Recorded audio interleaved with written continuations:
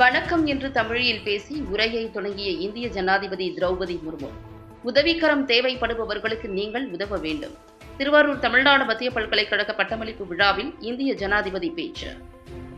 திருவாரூர் மாவட்டம் நன்னிலம் தாலுகா நீலக்குடி கிராம பகுதியில் அமைந்துள்ள தமிழ்நாடு மத்திய பல்கலைக்கழகத்தின் 10வது பட்டமளிப்பு விழாவில் இந்திய குடியரசுத் தலைவரும் தமிழ்நாடு மத்திய பல்கலைக்கழகத்தின் மேன்மையர் திரௌபதி முர்மு சிறப்பு விருந்தினராக கலந்து கொண்டு பல்கலைக்கழக 45 மாணவ மாணவிகளுக்கு தங்கப்பதக்கம் மற்றும் பட்டங்களை வழங்கினார்.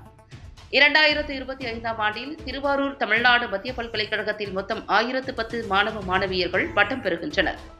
இதில் 568 மாணவர்கள், 442 மாணவிகள் ஆவார்கள். இதில் 45 மாணவ மாணவியர்கள் தங்கப் பதக்கமும் 44 மாணவ மாணவியர்கள் முனைவர் பட்டம் பெறுகின்றனர்.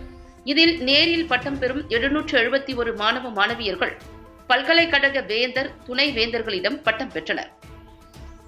இந்நிகழ்ச்சியில் பல்கலைக்கழக வேந்தர் பத்மநாபன், தமிழ்நாடு ஆளுநர் ஆர்.என். ரவி, புதுச்சேரி துணை நிலை ஆளுநர் கைலாஷ்நாதன், தமிழ்நாடு அமைச்சர்கள் கோவி செழியன், கீதா ஜீவன், திருவாரூர் தமிழ்நாடு மத்திய பல்கலைக்கழக துணைவேந்தர் கிருஷ்ணன் மற்றும் பேராசிரியர்கள், பல்கலைக்கழக மாணவ மாணவியர்கள், குடும்பத்தினர் கலந்து கொண்டனர். நிகழ்ச்சியில் இந்திய ஜனாதிபதி திரௌபதி முர்மு வணக்கம் என்று தமிழில் பேசி உரையை தொடங்கினார்.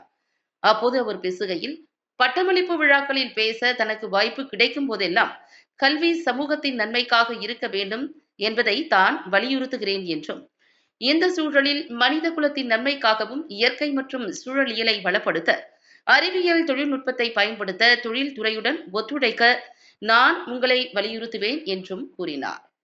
இந்த நாட்டின் குடிமகனாக இருப்பதன் அர்த்தம் என்ன என்பதை நினைவில் கொள்வதும் மதிப்பிற்குரியது. உங்கள் சாதனைக்கு பங்களித்த ஒரு சமூகத்தின் ஒரு பகுதியாக நீங்கள் இருக்கிறீர்கள். மற்றவர்கள் உங்களை இந்த நிலையை அடைய உதவியுள்ளனர். எனவே உதவிக்கரம் தேவைப்படுபவர்களுக்கு நீங்கள் உதவ வேண்டும்.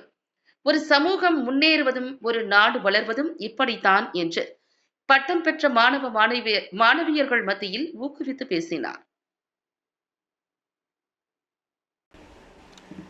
வணக்கம்.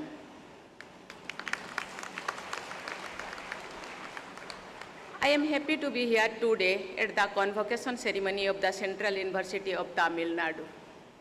This beautiful state of Tamil Nadu is a land renowned across the world for its ancient civilization.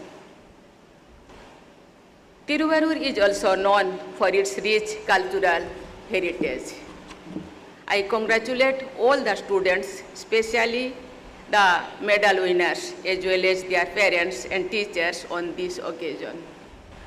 For students and their families, it is an unforgettable day. What they have achieved today is the culmination of years of hard work, and it will form the foundation of their careers ahead.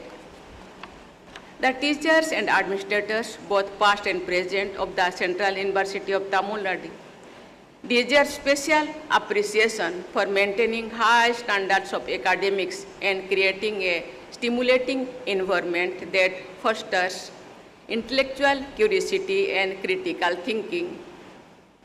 Similarly, they must be applauded for extending the benefits of learning to a wider segment of society through extension education.